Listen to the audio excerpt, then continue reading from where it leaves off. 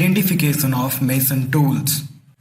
Trowel, float trowel, plumb bob, hoe, digging rod, headpan, crowbar, different types of hammer, hand gloves, rubber boot, measuring tape, chisel, right angle frame, spirit level, water level pipe, tile cutting machine, polisher, earth rammer, hand saw, wheelbarrow, wooden float, needle vibrator, sand screening machine, concrete mixing machine, measuring box, earth rammer rod, binding hook. Can all workplace incidents be deemed to be accidents? Do we truly understand fatal accident, serious accident, first aid case and near miss only as accidents? Or is there a missing clue in this picture? Let's investigate this by taking a scenario of a 3 kg brick falling from 5 meters and a worker which happens to pass below it. Case 1.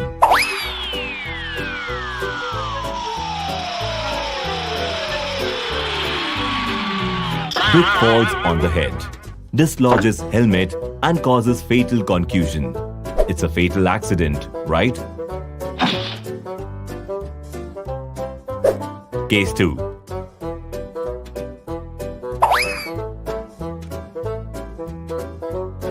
Brick falls on shoulder and breaks the shoulder bone. A serious accident, surely. Case 3.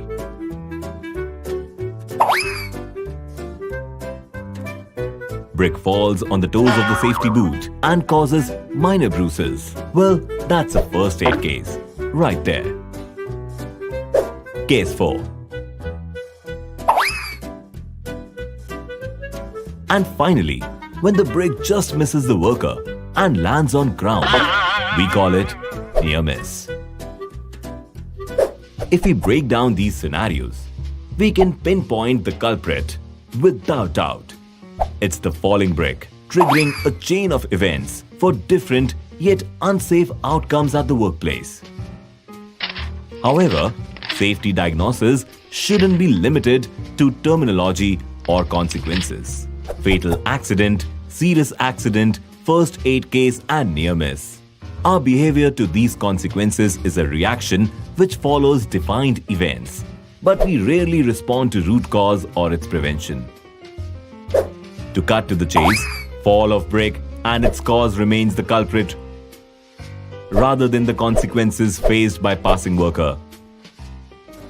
Effective safety accounts for root cause prevention, stipulation of corrective action, and proactive accountability. Root cause must be anticipated and prevented, or effective corrective actions should be in place to not let the situation escalate. Dear viewers, simply branding the different consequences of falling brick doesn't constitute as best practice in safety. Such falling bricks are spread all over our workplaces symbolically and control means to tackle root cause effectively. Serious injuries are caused by blows to the head, which can be fatal. Let's go through a few examples. 1. An employee slipped as he entered the building and fell headfirst down a flight of stairs, hitting the concrete floor 1.3 meters below. He died as a result of his injuries. 2. An employee slipped in a dark car park outside his workplace and strained his back. 3. Employees had to walk around stuff that had been left blocking a passageway in an industrial facility. One of the employees slipped, sprained his knee, and hit the back of his head on the floor. 4. An employee tripped over a high door sill, and dislocated her shoulder as a result of the fall. 5. An employee fell and broke his wrist after tripping over cables that had been left on the ground at a construction site. Now let's run through some ways of avoiding similar accidents. Plan your workspaces and access routes so they can easily be kept neat and tidy. Risk assessments help you to identify dangerous places and implement the necessary safety measures. Make sure that indoor and outdoor areas are properly and sufficiently lit. Ensure there is good lighting in stairways, corridors, and entrances in particular. Sturdy handrails, good visibility, and slip-resistant floor surfaces also improve safety on staircases. Remember to carry out regular cleaning and maintenance. Make sure people can work at an appropriate pace. Accidents are more likely when you are in a hurry.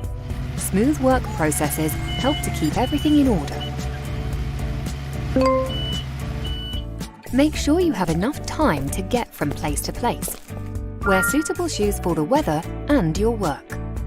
Keep your eyes open and focus on one thing at a time. Put things back in their place and don't block floors and access routes. Don't leave traps for your workmates. Always report any dangers that you notice and remove them yourself if you can do so safely. Can become an accident even if it's not from a great height. Only a few inches can be enough to cause an injury. Comply with the existing regulations within your company, applying the most appropriate procedures. Conditions that frequently cause accidents working at heights. An untrained worker for a job. A worker who is not in great health condition. Exposure to electric power. Lack of harness or harness in poor condition. Unfastened self-retracting lifeline. Personal fall protection in poor condition or out-of-date checkups. Lack of planning. Failure to follow work procedures. Unauthorized work. Falling objects. Signs a worker's accident by falling. One of the most common accidents is caused by objects falling from heights. Keep your work area neat, especially if you are working on heights. Misplaced objects may fall and cause accidents. These may also obstruct the work transit and generate accidents by falling.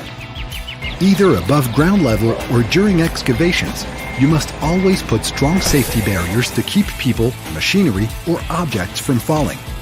If you're working on heights, signal your work area on the lower level to warn people about the risk area. Protect your workmates and they will protect you.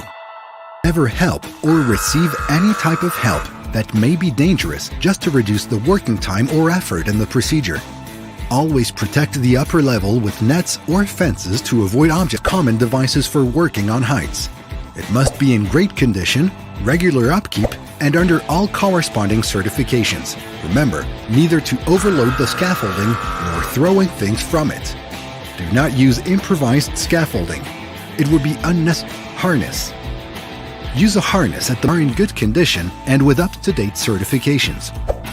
Check the harness before each use and always follow the instructions from the manufacturer. Make sure you fasten the straps onto your body. Remember to verify the harness and other personal protection elements when working on heights, because any type of fall can be dangerous. Always use the anchor points over your head.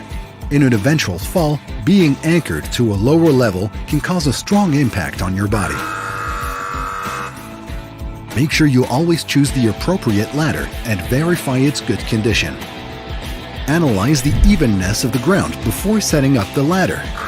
Never use other objects to level the ground. Do not try to make the ladder taller by placing it on top of other elements.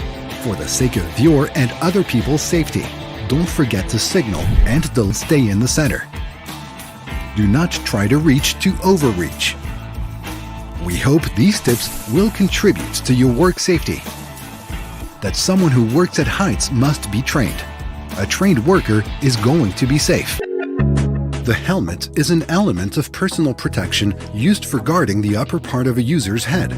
acting as absorption of energy and a protective barrier. Some of it's at all times if there is any sort of risk to your head. Risks include the following: perforation and crash caused by the falling or ejection of an object, collision against fixed objects, either smooth or sharp, injuries caused by once falling, electric shock, splash of molten metal, hot or corrosive liquids. If your job includes electric risks, consider an appropriate helmet that resists an electric shock. Wear a helmet correctly. Adjust the helmet correctly onto the head so as to guarantee stability and avoid it falling off your head, slide down, or interfere with the field of vision.